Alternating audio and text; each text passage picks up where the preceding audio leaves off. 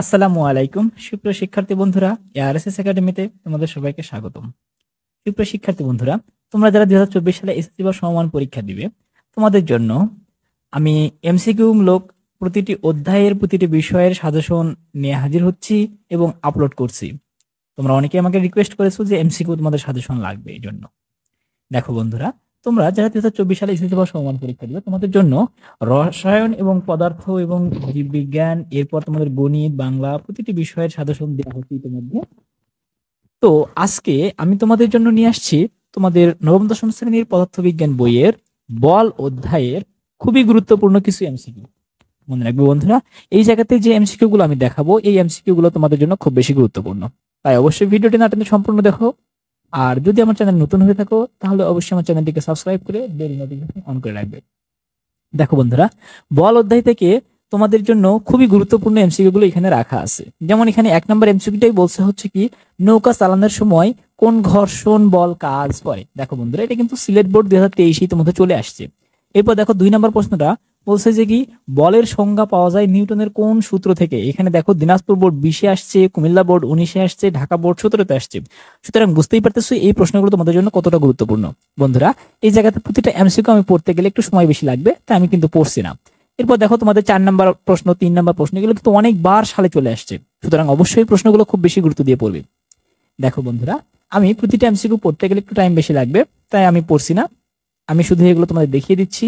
তোমরা চাইলে এখান থেকে সরাসরি পড়ে নিতে পারো, অথবা তোমরা চাইলে এগুলো স্ক্রিনশট করে নিতে পারো।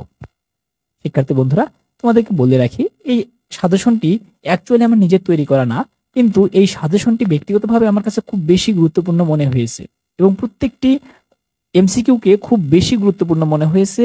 আমার মন বলছে বা আমার মনে হচ্ছে যে তোমাদের 2024 সালে এসএসসি বা সমমান পরীক্ষাতে এই অধ্যায় থেকে যে এমসিকিউ গুলো হবে, সেগুলো এখান থেকে হয়তো সরাসরি কমন আসবে, নতুবা ইনডিরেক্টলি কমন আসবে। এটুকু 100% শিওর থাকতে পারো তোমরা।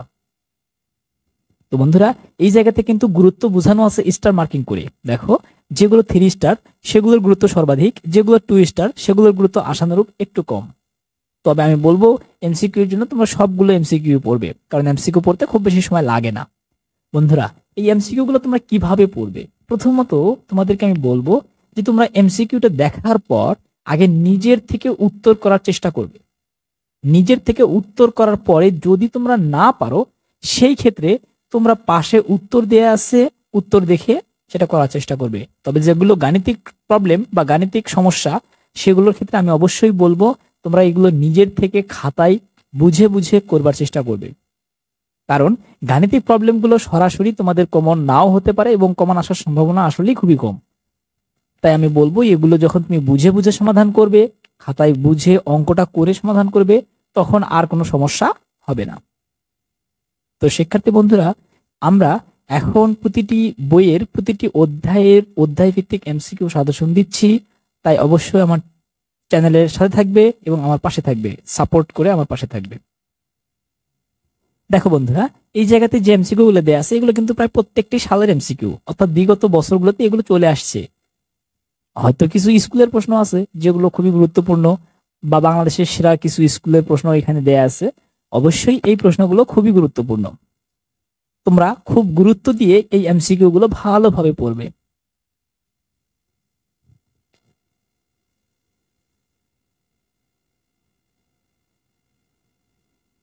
দেখো বন্ধুরা, তোমাদের জন্য এই যে বল অধ্যায়ের উপরে সর্বমোট 51টি এমসিকিউ দেয়া আছে। এই 51টি এমসিকিউ যদি তোমরা পড়তে পারো, বুঝে বুঝে পড়তে পারো, অবশ্যই যেগুলো মুখস্থ নাম সেগুলো মুখস্থ করবে, আর যেগুলো অঙ্ক আছে সেগুলো অবশ্যই বুঝে বুঝে পড়বে। যদি পড়তে পারো, তাহলে আমার বিশ্বাস তোমাদের এসএসসি বা সমমান পরীক্ষাতে তোমরা বল অধ্যায় থেকে যেভাবে এমসিকিউ আসুক না কেন, তোমরা সমাধান করতে পারবে। যদি ভিডিওটি তোমাদের ভালো লেগে থাকে, তাহলে অবশ্যই সেটা কমেন্টসে জানিও, আর যদি ভালো নাও লাগে সেটাও কমেন্টসে জানিও। রিকোয়েস্ট থাকবে বন্ধুদের মাঝে বেশি বেশি শেয়ার করে দেওয়ার, যদি ভালো লেগে থাকে। পরবর্তী ভিডিও দেখার আমন্ত্রণ রইল। ধন্যবাদ।